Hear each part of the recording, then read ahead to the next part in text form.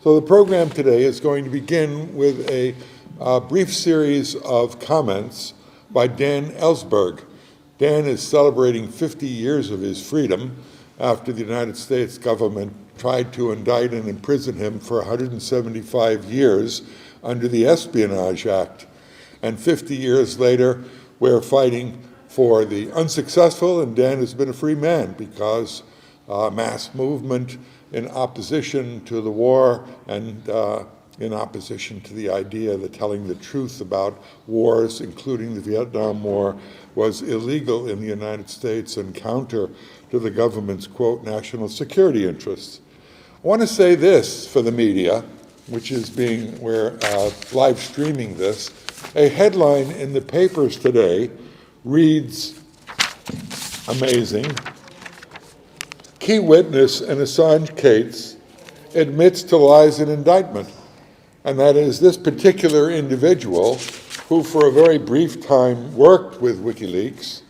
His name is Sigurdar Ingi Thorardsson, confessed to lying in the as a representative of the United States government in the indictment against Julian Assange.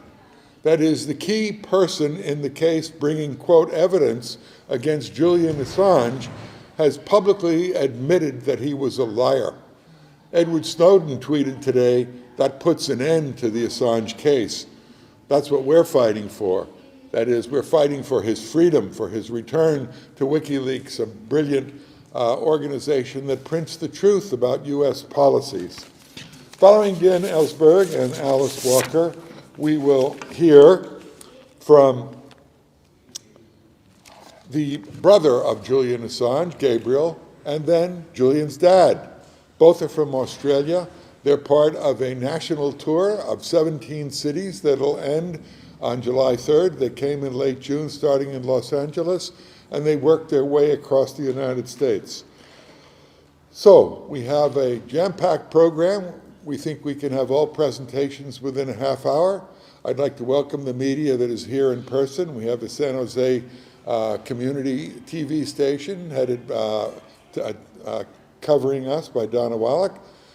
We have Tom Lacey representing the Peace and Freedom Party of California, and other journalists, plus those who are live streaming.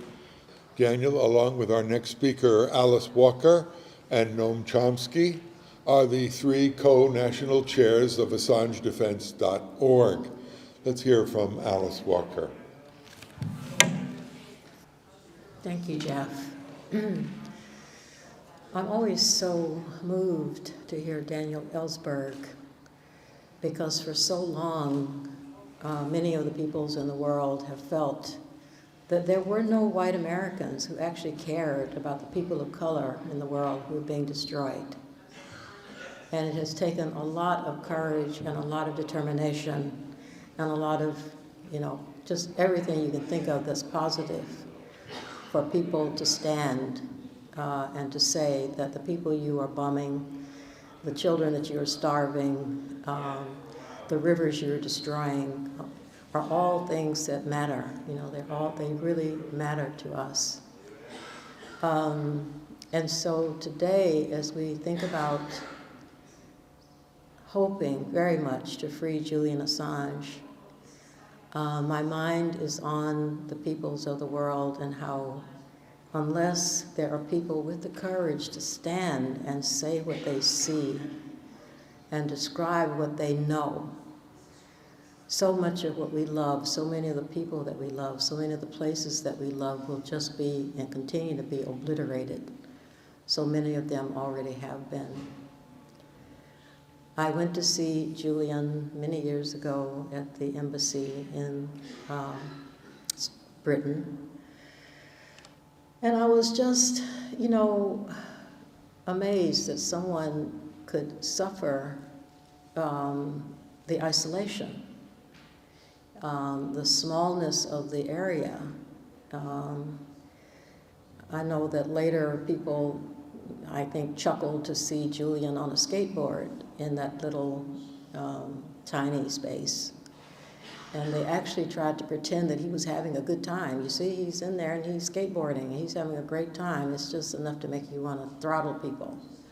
when they say things like that, because the area was very small, larger, of course, than the prison cell that he's in now.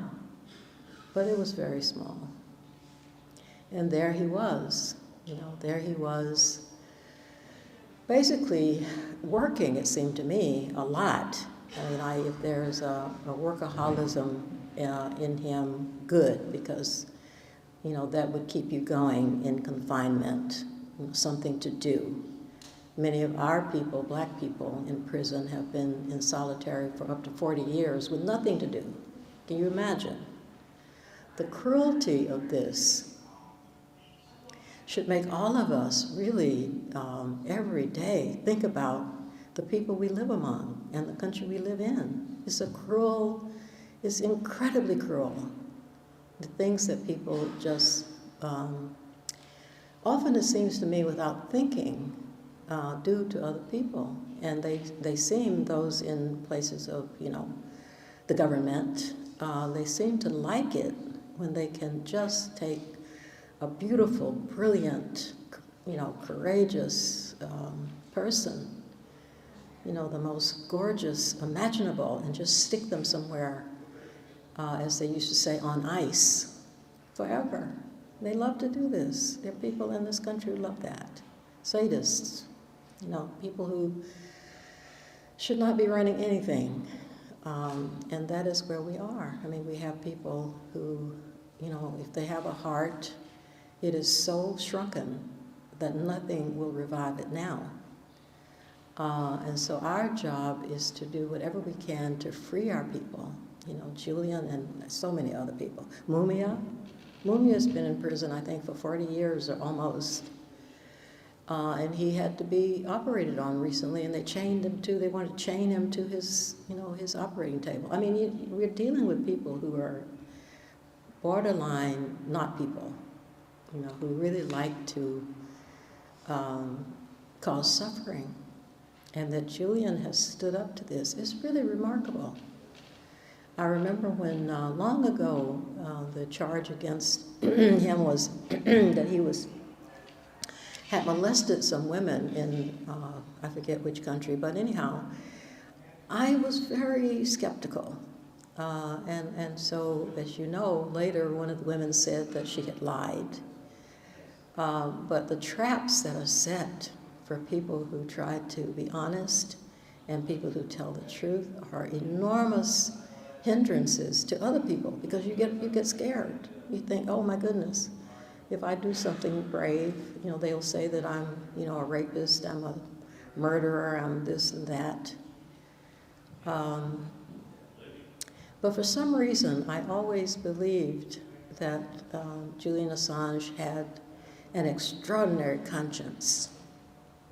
I believe that he was, once he came to terms with having prematurely white hair, I thought he was free. There are all these places where we have to free ourselves. And I don't know if any of you remember this, but he used to color his hair. But at some point, I think they put him in prison long enough for the dye to fall out. And so there he was in all of his natural white hairness, which he continues to have. Some of these things seem trivial, but I think they do indicate something about a person who is able to really realize that, yes, what I'm doing is extremely dangerous. And I know they would really like to just throw me under the prison, but I'm going to do it. I'm going to do it because it's the right thing to do. And it's very helpful for the rest of us, because we need these guides, we need these beings who are free already. I mean, they have him in this prison, but he's freer than they are, because he is telling the truth, he is standing by the truth. They are lying, they have been lying, forever. Founding countries all over the world based on lying. Killing the people they find there, again, based on lying about the people. So our world is unraveling. It's unraveling partly because of this weight that lying is. And it's on the, the shoulders of people like Julian that so much of this falls. How do you deconstruct this? How do you? Who starts to say the word that starts the unraveling of the lie? And he has done this brilliantly.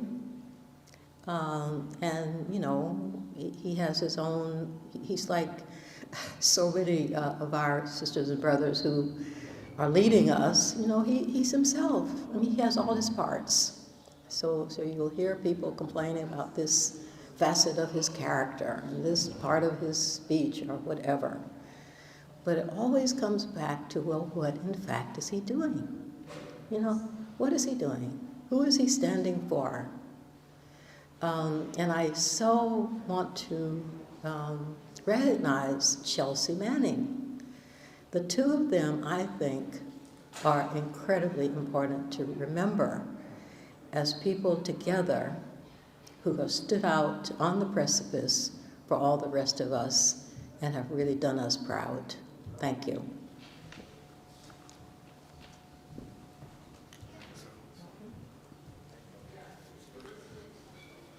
Okay, we'll now hear from Gabriel Shipton, who says that he's not at all worn out after his 15th meeting, looking forward to a couple more before he returns with his dad. Gabriel, the mic is yours. Thanks. Thank you, Jeff. Thanks, Alice. Thank you, Dan. These great comments. My father and I have been travelling across the USA. I think I've been 15 stops. That sounds about right. We're almost at the end of our trip. We started off in Miami and made our way west. We've been absolutely blown away by the amount of support that we found here in the US. Every stop we go, we've seen more and more people coming in support of Julian. More and more press are coming out. There's more and more articles being written. More and more television interviews, radio interviews, as we travel across the US. And it's not just felt in the US; it's been felt all around the world as this sort of ripple effect of the media travels to other places, showing that Americans, normal American people, are coming out in support of Julian and also in support of their First Amendment. Julian's case, he won his extradition case at the beginning of January, and the US DOJ immediately appealed. The judge found that Julian could not be extradited because an extradition to the US would be tantamount to a sentence to death. A few days after the judgment, Julian's bail application was refused, and so he's been in Belmarsh maximum security prison now. He's in his third year there, and it's been 6 months since he won his extradition case, and there is still no indication of whether the High Court in the UK will hear an appeal or not. So he is stuck in this. He is stuck in a limbo. What's very evident is when you go, as a family member, people who have family members who are incarcerated, when you go and visit, you notice that, sometimes there's somebody who, there's an expectant family who are waiting for someone to get out, who's their release date. People in the visiting rooms, they talk about, what their plans are, because the other prisoners all have sentences, so they can plan for a coming home party or, when they're going to, come back to their families. But with Julian, there is no sentence. He's an innocent man in prison on remand, and we just don't know when that's going to end. So it's just another part of this punishment by process that Julian has been suffering under for now 12 years. Jeff pointed out earlier there was the major witness in the US DOJ's case. There's been a report in today in a Icelandic newspaper today that this major witness fabricated key accusations that are part of the DOJ case against Julian. His name is Siggi Tordarsson. He has provided proof in the form of chat logs that these accusations were in fact lies. These false accusations are also repeated in the judgment from the 4th of January. So this is another, it just every day there is some unravelling of this case that the DOJ has brought against my brother. I'll leave you with that, so thanks.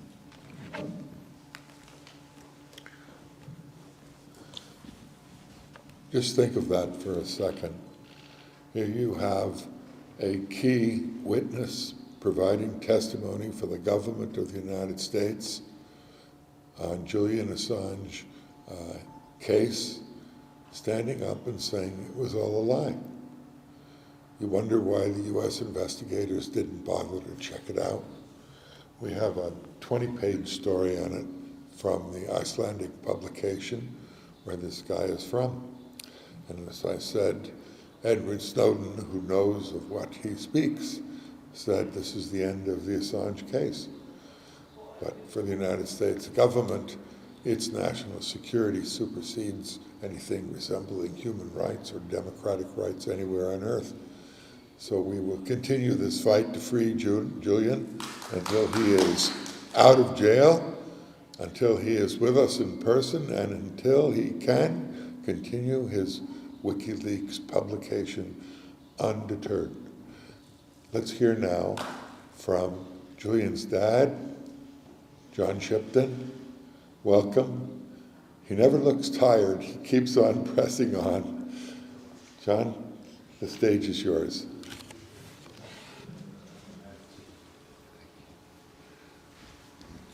Thank you. Can you hear? Can you hear? That's okay. Thank you, Jeff, and thank you, Alice, and thank you, Gabriel. Thank you, Dan. We spent an afternoon with Dan the other day, and he made us more than warmly welcome to the United States, as all the other people that we have met in many meetings have done.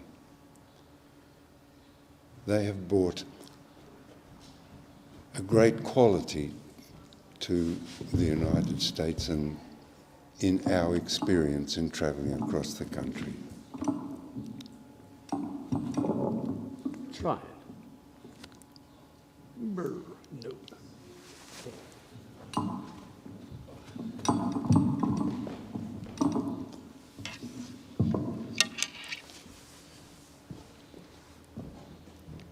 What a disgrace that the Department of Justice, the Swedish Prosecuting Authority, and the Crown Prosecuting Service have brought upon themselves and their country. What a disgrace. It just continues over and over again. What a disgrace. The Swedish Prosecuting Authority fabricating evidence, unsigned testimonies altered so that the case can continue.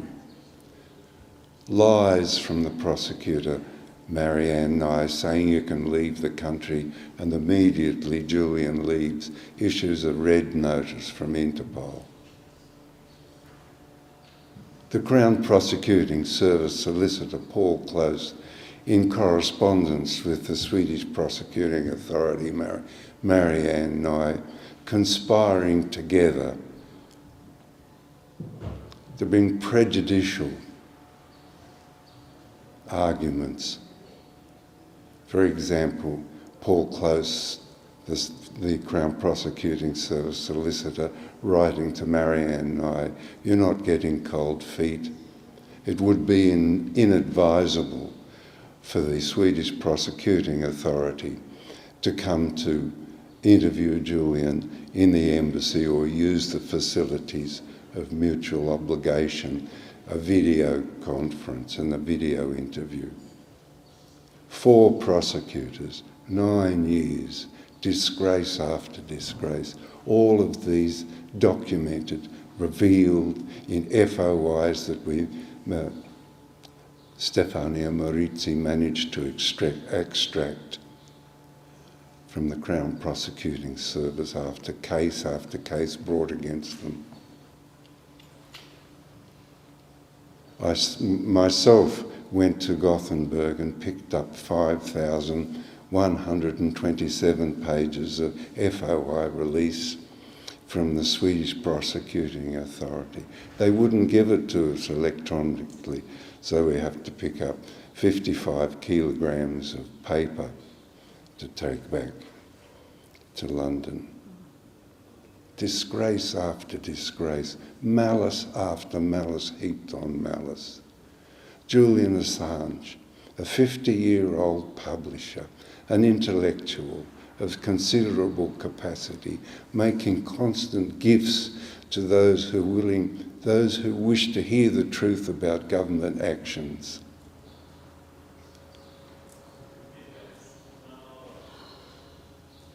I don't know what that means, actually. That means right on. Oh, That's praise. Donna, could you stop? oh, I thought it was wind up. No, that means she agrees. What disgrace that's brought upon their countries, these people.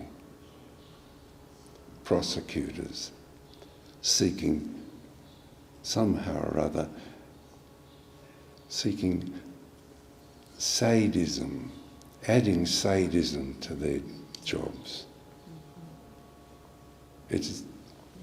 Anyway, Julian's gifts to anybody who wished to partake of them. The Iraq war files, the Afghan war files, the Guantanamo Bay files. Very important. They have, over these 10 years, seeped into the culture of the ordinary people in the United States, which has percolated up to the representatives in Congress and has resulted in the withdrawal of troops from Afghanistan, an endless war ending. The same with Iraq. The same with Guantanamo Bay files. A great American lawyer, Clive Stafford Smith, established an NGO titled Reprieve and went to Guantanamo Bay and used the files to bring about the freedom of those falsely locked up there. There were 22 children there. These people, they just bring disgrace upon their communities. They bind together to pursue Julian so that their disgrace is hidden from us, from those people that they're supposed to represent. Scandal after scandal, burdening the conscience of the people of the United States, Australia, and the UK. Alleviated at last by the seeping upwards of an understanding by the United States people into the Congress and into the administration, brought about by the leaks of Chelsea Manning and the published revelations of Julian Assange and WikiLeaks. Great gifts to all of us. As a consequence of that, the repression of that understanding embarrasses a golden aspect of civilization called the First Amendment. It only comes about and only is maintained if we and the United States people insist of its quality and its virtue and its standing and stature. All of the countries in the West envy this aspect of the United States Constitution and attempt to copy it from time to time. The preservation of that is vital. And one last comment. After the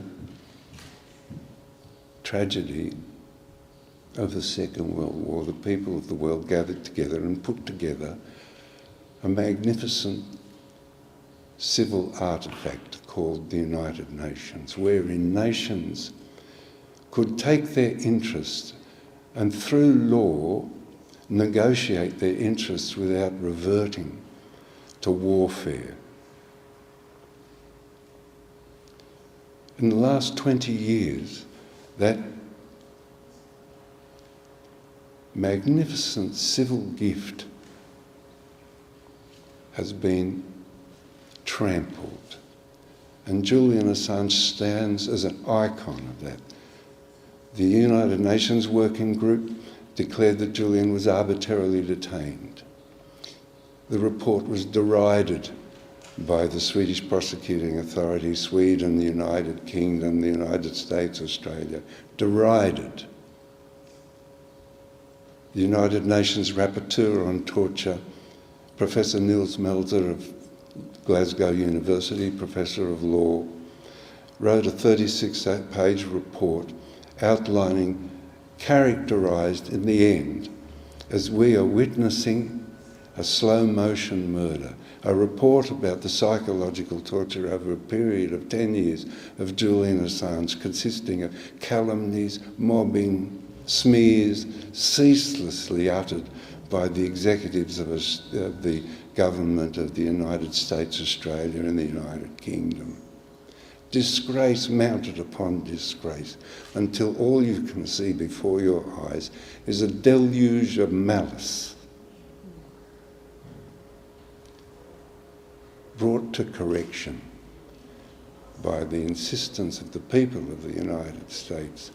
End the endless wars. End Guantanamo Bay, which is just about to be closed. So I thank you all for our welcome, and I thank you for your support.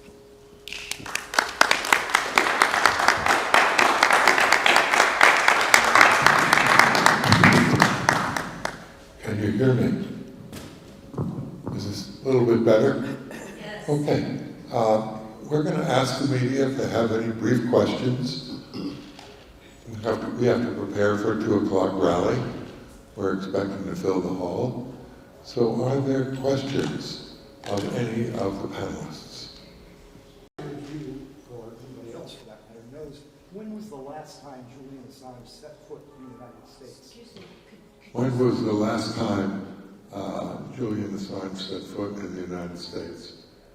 Would you like to answer that? I don't know. I know he's been to California 30 years ago, and I know that he spent considerable time in California because we chatted about it yesterday over a phone call. But I don't. 30 years is, and also I know that he did a TED talk, and I think that was done in Miami, all from memory. So forgive me, I don't know the accurate date. Gabriel? He released Collateral Murder here. They did that at the National Press Club in Washington, which would have been, I think 11, 12 years ago. And then we were actually finishing our tour there, so we'll be at the National Press Club on the 30th in the same place where Julian released that video. Yeah. Further questions? Okay, if not, I'd like to thank everyone for attending. I hope the media will ask their audiences to join us at 2 o'clock.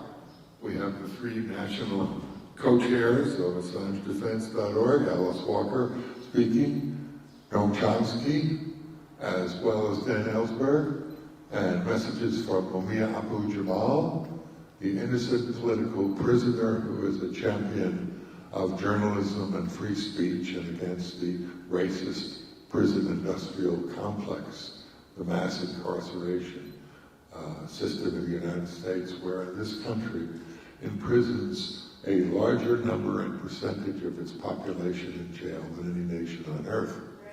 So with that, thank you for attending, and we'll end our media conference now and resume with a live-streamed and in-person mass rally to free Julian Assange. To the ongoing struggle to free Julian Assange.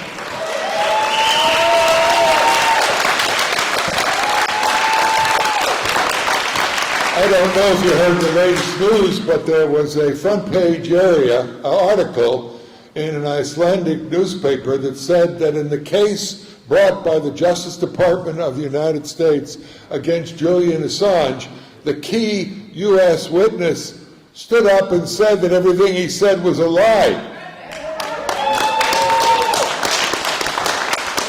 Edward Snowden tweeted, "That's the end of the Assange case," just this morning.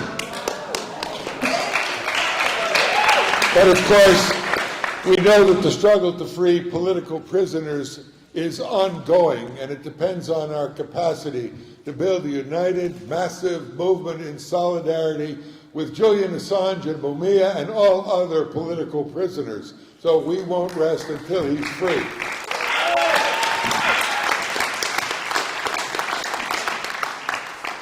At the request of Cynthia Papermaster, and where is she? Cynthia has to be up here with us. She's one of our key organizers. With CODEPINK and speaker. And a shout out to Jeannie Schmidt, who with Cynthia were the bulwark backbone of this effort to build this magnificent meeting. Let's recognize them.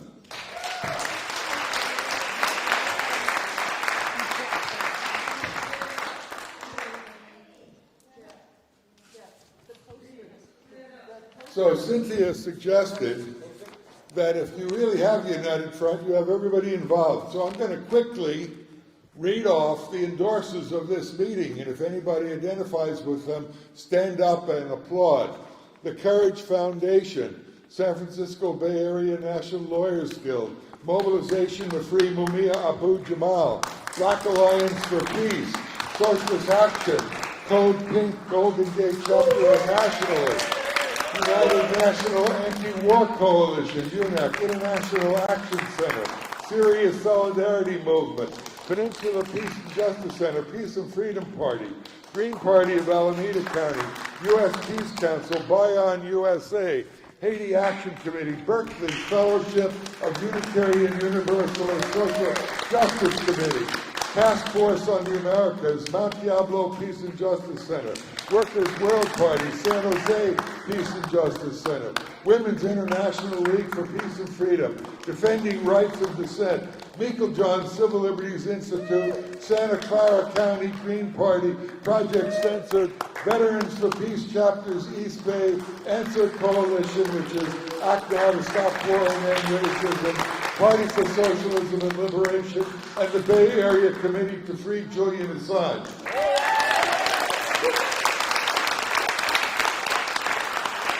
That's the beginning of the united front that we need to bring Julian Assange home. We have a relatively short program tonight. By the way, I'm Jeff Mackler. I'm on the National Coordinating Committee of the AssangeDefense.org, and for 35 years I've been the director of the Mobilization to Free Mamia Abu-Jamal, and I haven't given up on that. So here's the program in brief. We're going to hear from Dan Ellsberg. Dan Ellsberg joins with Alice Walker to my left and Noam Chomsky as the co-national chairs of AssangeDefense.org. Their help has been critical in bringing on a whole broad new layer. Dan will be followed by Alice Walker, and then Cynthia Papermaster, CODEPINK, Women for Peace. She always insists I say men are in the organization too. Mamia Abu-Jamal, a journalist, a political prisoner, will give us greetings from afar. Dennis Bernstein fell ill and sent his apologies.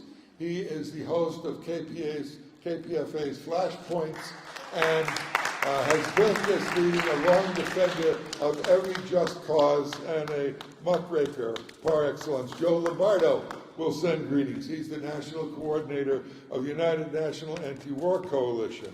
And here... And you know, actually what really strikes me sometimes is that it feels like we're the same people. Don't you feel that sometimes? I mean, yeah, but some of us had to have died, you know. I mean, but here we are. I mean, we look at each other and we see actually the same people who when we were students, you know, and they were trying to tell us. One of my teachers, by the way, my favorite teacher was Howard Zinn. And he used to drag a couple of us to all these incredible meetings with people just like us, you know, but I didn't know that then. I thought, who are these people that they care, you know, about the students in the South, the black students in the South, for instance.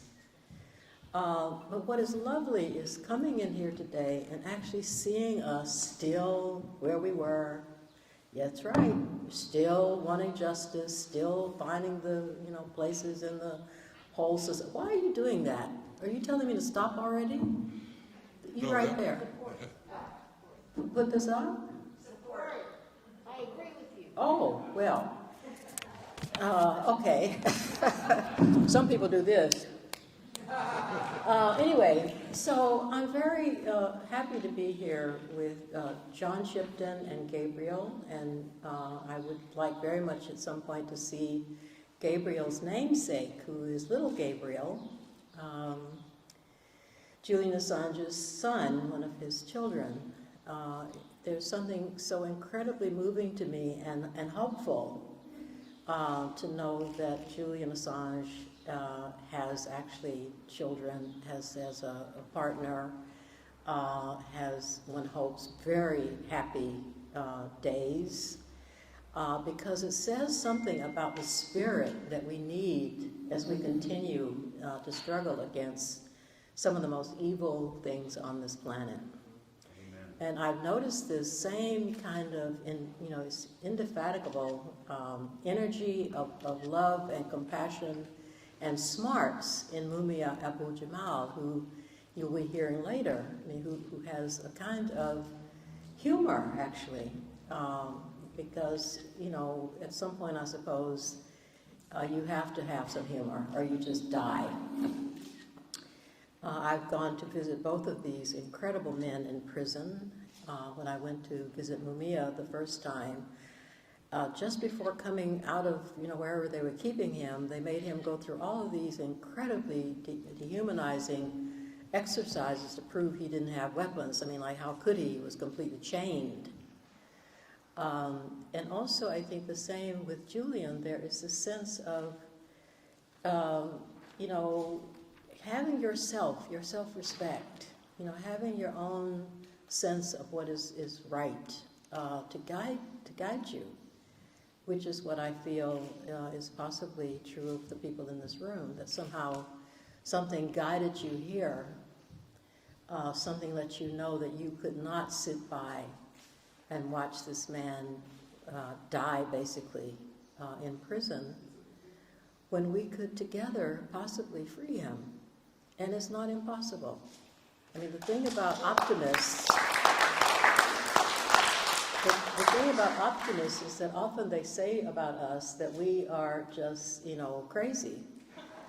Because look at what's coming down on us all the time. But we have something in us. It's a wonderful thing. We have something in us that says we are going to challenge this. We are going to prevail. And we may, be knocked down as many times as we have been knocked down. And how many times have we been knocked down? Without number. But we keep going. And this is one of the most beautiful things about the human spirit. I was watching a documentary about Julian just last night, and they were trying, all the images, for instance, I wish I could remember what it's called, but all the images of him were scowling, looking mean, squinched up eyes, like he was about to, stab somebody. Not one image like this. Not one image showing a human being. Not one image showing this is somebody's father. This is somebody's partner. This is somebody who loves to be in laughter, in joy, as he's doing his work. And that's part of the key for us. While we're doing our work, to remember to be joyful. To remember that, they lay on all of us, like we grieve. It's not, he's in prison, but we are also, part of us has to be with him. And with Mamia, it's just who we are. We can't help it.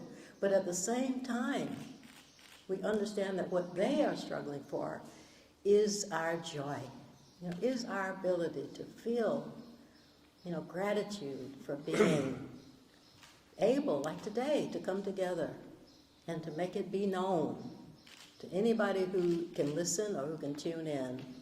But no, we don't agree with these policies that hurt our people, that imprison our people, that kill our people, and really deeply, and this is really, hard, deeply hurt our children. I can hardly stand thinking of Julian's children. What are they to make of this? Who are they to be when they grow up? How can they look, the world in the face, knowing what it has tried to do, so much of it has tried to do. But then there we are. Hallelujah. And they can look at us. Yes. So I really feel like we are, we are what we are. We're the people in this room. What can we do? But this has always been true. When Frederick Douglass came up from slavery, he talked to people just like us. Well, mostly just like you. But he did. He talked to us in small groups who were determined to end enslavement of human beings. And they did it. They freed a whole world of people. And this is what we have to do for Julian. We have to get him out of there. And we can. And we must never think we can't. Never. Thanks.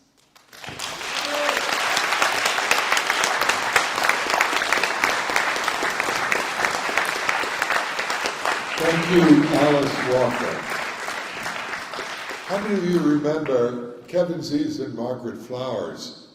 They were the young people who occupied the Venezuelan embassy at the request of the Venezuelan government when the Trump administration announced that they could appoint and would appoint the president of Venezuela.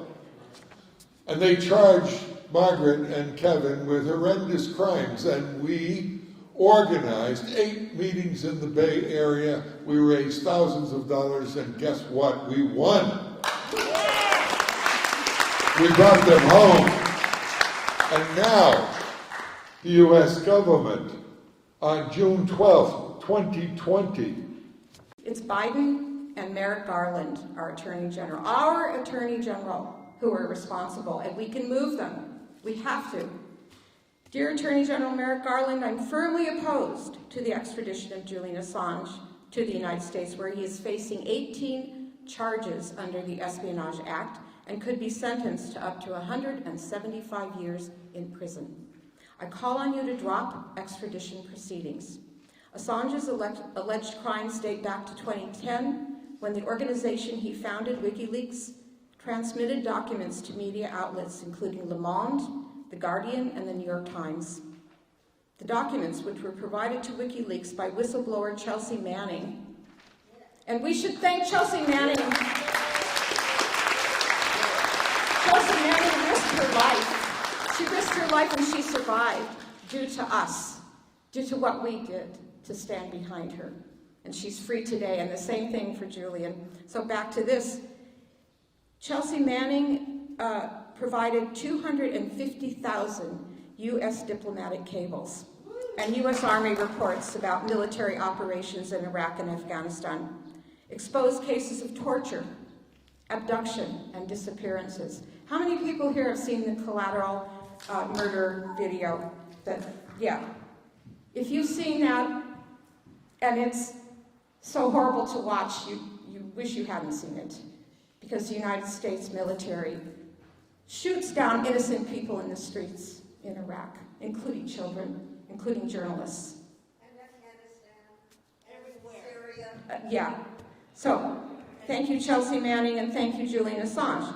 Back to the letter. The publication of these documents by media outlets was clearly in the public interest and not an act of espionage. Not an act of espionage. Julian Assange's contribution to journalism is undeniable. He has won numerous journalistic awards. You can come up here, Lucky. You can let Lucky go. He can come up here. Sorry. He has won numerous journalist awards and is nominated for a Nobel Peace Prize, which is richly deserved. If the legal persecution of Assange continues, investigative journalism and press freedom will be the victims, since news organizations regularly rely on and publish classified information to serve the public interest. I am also concerned about Assange's health. UN Special Rapporteur Nils Meltzer reported Assange has been deliberately exposed to inhuman and degrading treatment that could be described as psychological torture. I urge you to respect the principles of freedom of expression and the defense of journalism, and to respect Assange's human rights. Rather than being extradited to the United States to be tried and imprisoned, we urge you to drop the extradition proceedings and all charges against Julian Assange. Sincerely, you. All of you sign these letters, please. Thank you.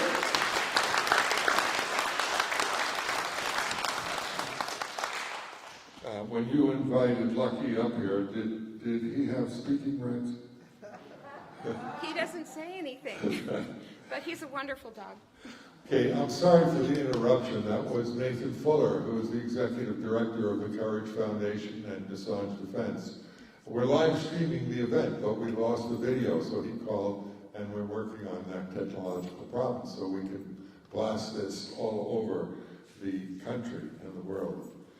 Our next speaker is Mamia Abu-Jamal, an innocent political prisoner and journalist. I began working on Mamia's case 35 years ago. I was convinced he was an innocent man, and the only way we could free him was to build a mass movement to do it. We've had demonstrations of 1,000, 2,000, 10,000, and 25,000 in San Francisco and Philadelphia. How many of you were at that San Francisco demonstration to free Mamia Abu-Jamal?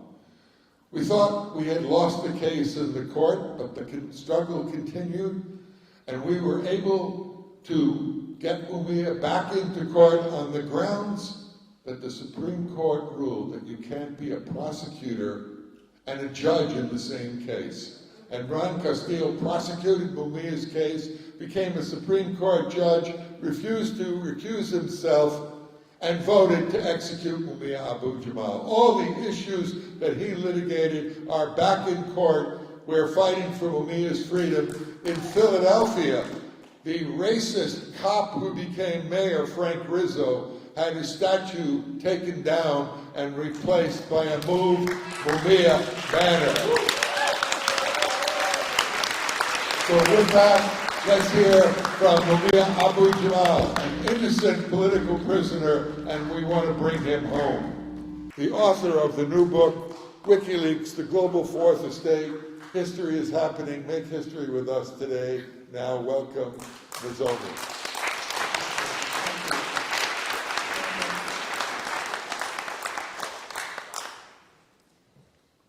In 1964, a group of students at UC Berkeley who were involved in the civil rights movement challenged the restriction of free speech rights on campus. Their protest spread nationwide, giving birth to the free speech movement. Mario Savio, who became a spokesperson for the movement, defined free speech as not a tactic, something to win for political advantage, but rather it was something that represents the very dignity of what it means to be a human. He urged his fellow students to fight against the oppression of the machine that was destroying this dignity.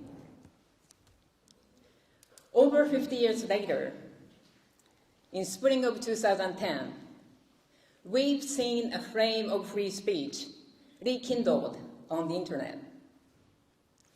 WikiLeaks blazed into a global stage with the publication of the Colorado murder video.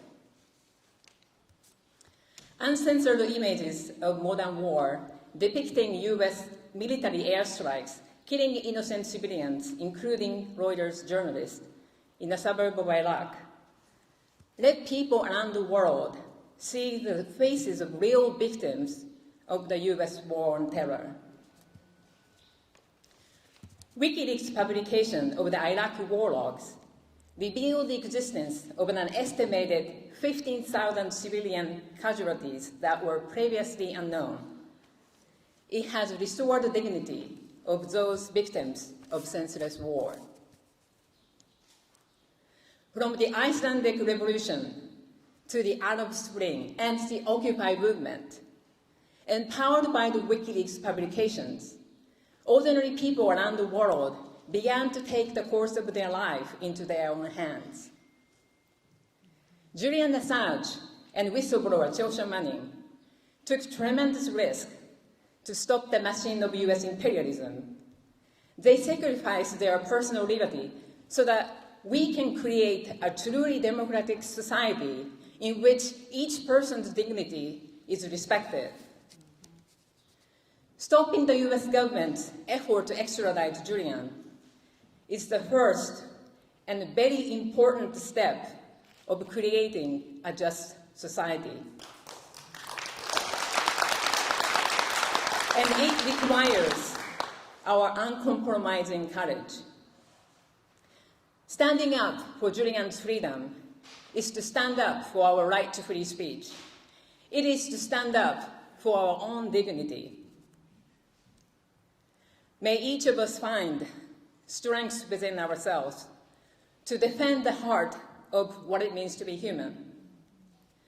From here in the Bay Area, at the birthplace of the free speech movement, let us make our courage become contagious. Free Julian Assange.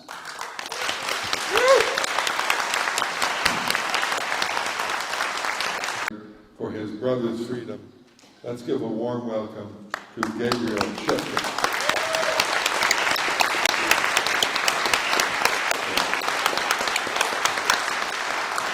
Thank you, everyone. Thanks. Thanks to Jeff and Cynthia and Jeannie for getting this all together. It's amazing turnout. I think everywhere. My father and I have been in the US since the beginning of June, and everywhere we've gone, we've seen this upwelling of support. From when we started out in Miami, up to New York, the East Coast, Boston, Philadelphia, across to Chicago, Columbus, Denver. It's just, it's just really taken our breath away. Just people coming out, and that's really led to this sort of,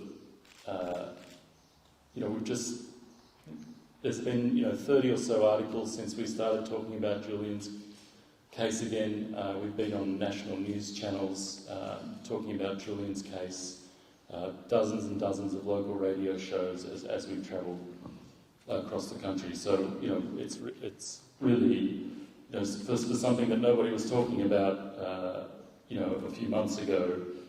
It's really amazing just to see that, what this sort of public support can bring, and the attention it can bring back to Julian's case, and what it means for press freedoms in the US and abroad.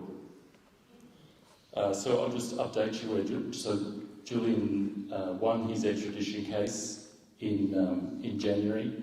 At the beginning of January, the judge found that if he was extradited to the US, he would likely commit suicide. So it was basically a death sentence. And on that basis, she rejected Julian's extradition.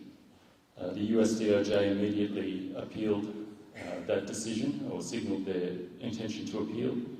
And then a few days later, Julian's bail was rejected on the 6th of January. So he is now in a maximum security prison. It's his 3rd year in that prison on the outskirts of London. And it's been 6 months since he won his extradition hearing, and we still don't know when or whether an appeal will be heard. So he's sort of in this limbo. I've said this before, but it becomes when you go and see him. I went to see him in October, and it just becomes really evident that all the other prisoners, most of them have a sentence, and so they have something to aim for, and their families can plan, and they can make plans for homecoming parties or things like that. But in Julian's case, there is no sentence. He's an innocent man in a maximum security prison on remand, and we just don't know when it's going to end. And this is sort of just another form of punishment through process that Julian suffered under for the last 12 years now. And I know Jeff mentioned this earlier, but there's Stunden, this Icelandic publication, has come out with this story today that the major witness in the US DOJ's case has admitted to fabricating key accusations within the case. His name is Siggy Thordarson, and he's provided to Stunden chat logs which back up his claim of fabrication, which is this is really big, and it just sort of tears the prosecution's whole case apart. These accusations, these false accusations, were all through the judgment, the January 4th judgment. So they were repeated by the judge. So this is really big news for Julian and for this case. I would just want to talk about a phenomenon that we see. This isn't just about Julian. This is about press freedoms, and Julian's been targeted and made an example of, so that everyone around the world can see. If you publish this sort of thing, then this is what's going to happen to you. So what we've seen, around the world over the last year is this sort of phenomenon that when the State Department and the DOJ are confronting overseas authoritarian states or totalitarian states on their human rights record or their press freedom record or how they're treating their prisoners, they often get Assange thrown back in their face. Look what you're doing to Assange. How can you tell us, how can you confront us on our human rights or our press freedoms? So we've seen this, with the UK ambassador to Russia. The Russian ambassador to the UK asked about Navalny. He said, well, down the road you've got Assange, a publisher, locked in prison. Who are you to confront us about our treatment of Navalny? Aliyev, who's a totalitarian leader in Azerbaijan, confronted on his record of press freedom and locking a journalist in prison, torturing journalists by a BBC interviewer. He said, who are you to ask me that? Look, you've got a journalist in prison in your country. The Chinese Foreign Affairs spokesperson recently, when they were confronted on their human rights and press freedoms in their country, brought up Assange. What about Assange? So I think one way the Biden administration can sort of re-establish this idea that the US has this moral high ground is to just drop this case and just let it go, and it will just send a message to all journalists. It will send a message to journalists all over the world, not just in the US. That they have this support. So in the US, what we've seen now is, I know, the mainstream media is not. We all know I guess we all see them for what they are, but it is in their interest to have this case dropped. And that's why we've seen, the executive editors from the Washington Post, executive editors from the New York Times, coming out and saying that this prosecution is a danger to the First Amendment, it's a danger to press freedom.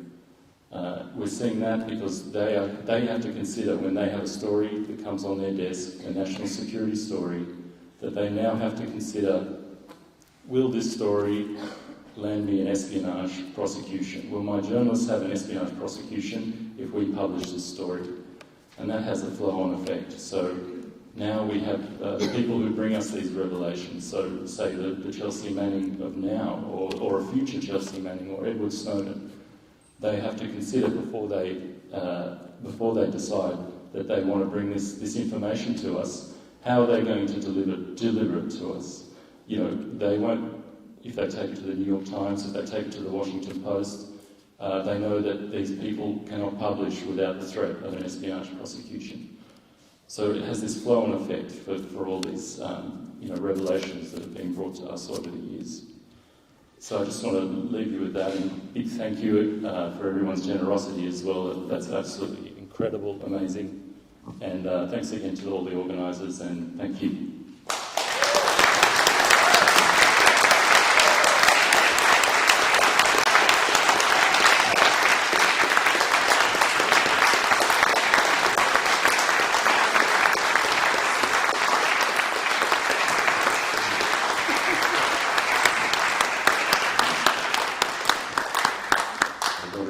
And flowers. I'll hold them for you. Well, when I scan here, look over all these lovely faces and the hospitality and generosity that's been extended to Gabriel and I as we travel across the continental United States, I am hesitant to embark upon a criticism of the foreign policy of the United States. My heart is warmed.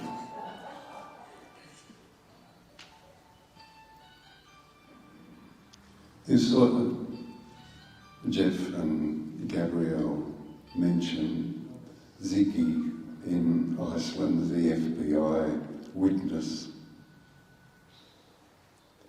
This is as part of a series of fabrications and falsities. In the first place, falling upon Julian. In the first place, issuing from the Swedish prosecuting authority. Sweden back in the 70s and 80s was known as a model society. Now, it's simply a place with a declined stature of lawful administration and sells junk furniture that brought disgrace upon themselves. Disgrace. The Crown Prosecuting Service embarked upon a conspiracy with the Swedish Prosecuting Authority to keep Julian in the embassy for 7.5 years. Julian fought 2 cases in Sweden to forward the case. The Swedish Prosecuting Authority under Marianne Nye and the Crown Prosecuting Service under Paul Close conspired together. We have the evidence. Stefania Morizzi, under a series of FOIs fought in the British courts, reveal the details of their conspiracy together in order to keep Julian in the embassy. Silly quotes. You're not getting cold feet, are you? That's addressed by Paul Close, the UK, to Marianne Nye, Sweden. Julian asked, could he leave Sweden? And Marianne Nye said, yes, that's fine, you can leave. And immediately Julian got on the plane. They stole all his computers. He landed in London. Marianne Nye issued a red notice. A red notice is issued through Interpol for the foulest of criminals. A red notice for a publisher and a journalist. It's grotesque. The Crown Prosecuting Service, in its show trial of Julian Assange back in September, have brought disgrace upon themselves. Disgrace upon a nation in a show trial, unnecessary. The Australian government acquiesces, doesn't do anything. Acquiescence over time accumulates to complicity, brings disgrace upon itself. The Australian government thinks that state-to-state arrangements make the Australian polity secure, when in fact what makes the polity secure is a unification behind the government in the belief that the government will act in the interest of any citizen who is unfairly done by. That's where strength lays. Not in some arrangements over a glass of wine between the Australian Foreign Minister and the Secretary of State. These things are important. The persecution of Julian, first of all, there was the Conventions of Asylum. 1958, they were put in place in the United Nations. 1973, under the authorship of Australia, they were ratified by the United Nations General Assembly, a massive majority. At that time, there were 10,000 people in missions in asylum in Santiago as Pinochet began murdering anybody that was in a union, anybody they didn't like. Lawlessness. Julian became an asylee. In that asylum was removed arbitrarily. You can't do that. There's a process, a lawful process to remove asylum. 6 policemen broke into the embassy. They opened the door, and Julian was dragged out. 3 hours later, a confused man was put before a trial judge who said, "Oh, you're a narcissist." This judge, who you would assume, had a law distinction, not a distinction in psychology. All of these insults, prejudices and persecution were put together in a document by Professor Nils Melzer, Professor of Law at Glasgow University and United Nations Rapporteur on Torture and Unusual Punishment, after a visit of 3 hours length with 2 medical experts that evaluated Julian to see his conditions and concluded that he was a victim of psychological torture over a period of 7.5 years of calumnies, mobbings, smearings, fabrications, lies. That report submitted to the appropriate authorities in Sweden, and this magnificent structure, for some reason or other, and I call it despair when nation states do this, because they cannot any longer find within their bosoms the capacity to negotiate the human and understand each other and negotiate a way through competing interests. I call it despair. That's what I call it.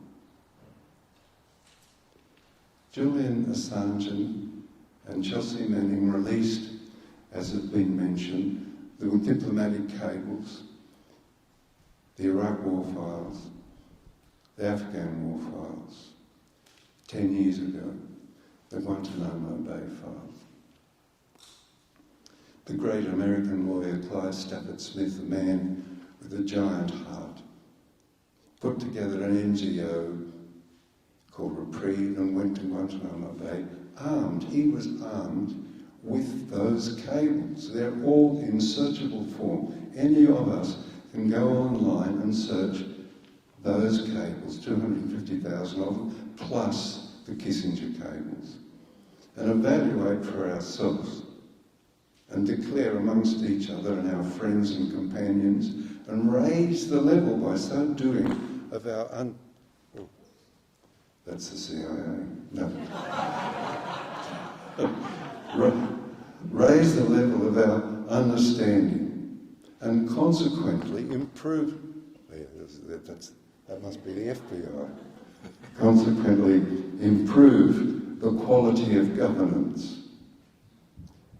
10 years went by and slowly the information in those Afghan war files, the Iraq war files, the diplomatic cable, slowly it percolates its way through the polity, through us, and our understanding causes the government to remove the troops from Afghanistan, to contemplate and move towards closing Guantanamo Bay and ending the Iraq War.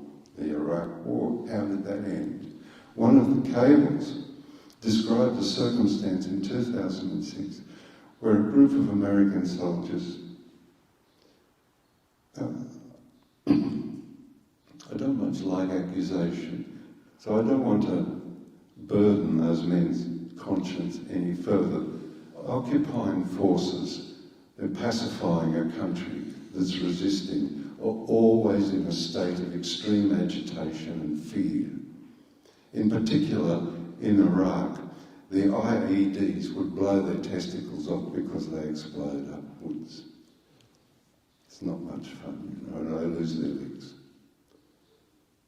So they're always in an agitated, fearful state, and they carry guns. Fear and guns means, well, you know the result. They went into a house and murdered the entire occupants, the mum and dad and grandfather, the whole extended family, the children. Contemplating this crime, they called in an airstrike, which destroyed the house and obliterated all evidence of that family. And as a consequence, the United States and its allies, one of which is Australia, removed all their forces from Iraq War. Leaks stop wars. In the case of Clive Stafford Smith, leaks bring justice. In an overall sense, in the trajectory of time, leaks have caused the removal of troops from Afghanistan, the closure of Guantanamo Bay, and the end of the war in Iraq.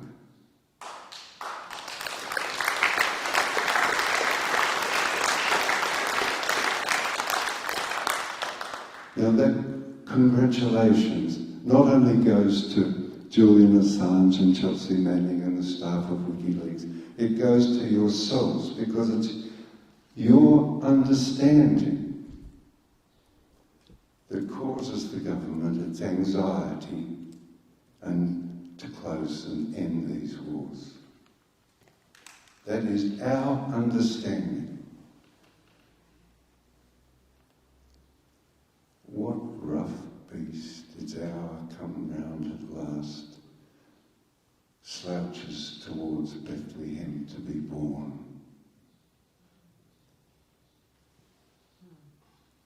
So I've described the circumstances of that growth of bestiality. Now, with the freedom of Julian, and it will come, and the renewal of the United Nations, we can say to ourselves, once more, we emerge to see the stars. Thank you.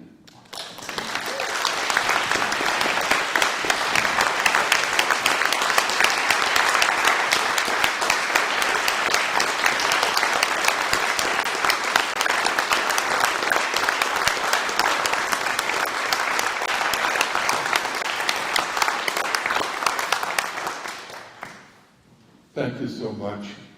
A special thanks, minus the technical interruptions, to Steve Poikonen, who has followed and volunteered for nothing to tape and video and do the transmission of all of the meetings that he could on his own dime with his own car and his own team. Steve Poikonen, thank you.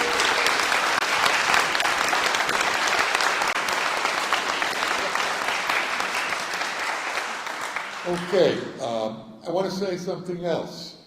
This hall rental cost $1,000 and cost us a couple of hundred for... So with that, I've asked Nathan Fuller to send me the address to mail your checks to, because someone asked for that address. Who needs it? If you want to mail checks, 1, 2, 3. So come up in a few minutes, we'll give you the address to mail it to. And meanwhile, a warm and hearty and loving thanks to all of you for a magnificent participation, building effort, working together in a united way to free Julian Assange and defend the First Amendment, free speech, free journalists. Bring him home. Thank you for coming. Give yourself a round of applause. Free Julian Assange. Free Julian Assange! Free Julian Assange! Free Julian Assange! Free Julian Assange!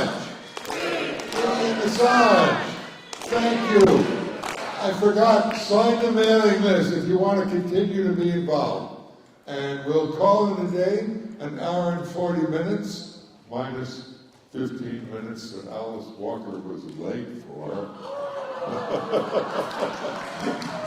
Thank you, John and Gabriel. Thank you, Alice, Dayashi. Thank you, Cynthia. Thank you, all of our speakers. With love and solidarity, we'll win this struggle. Let's stay in there.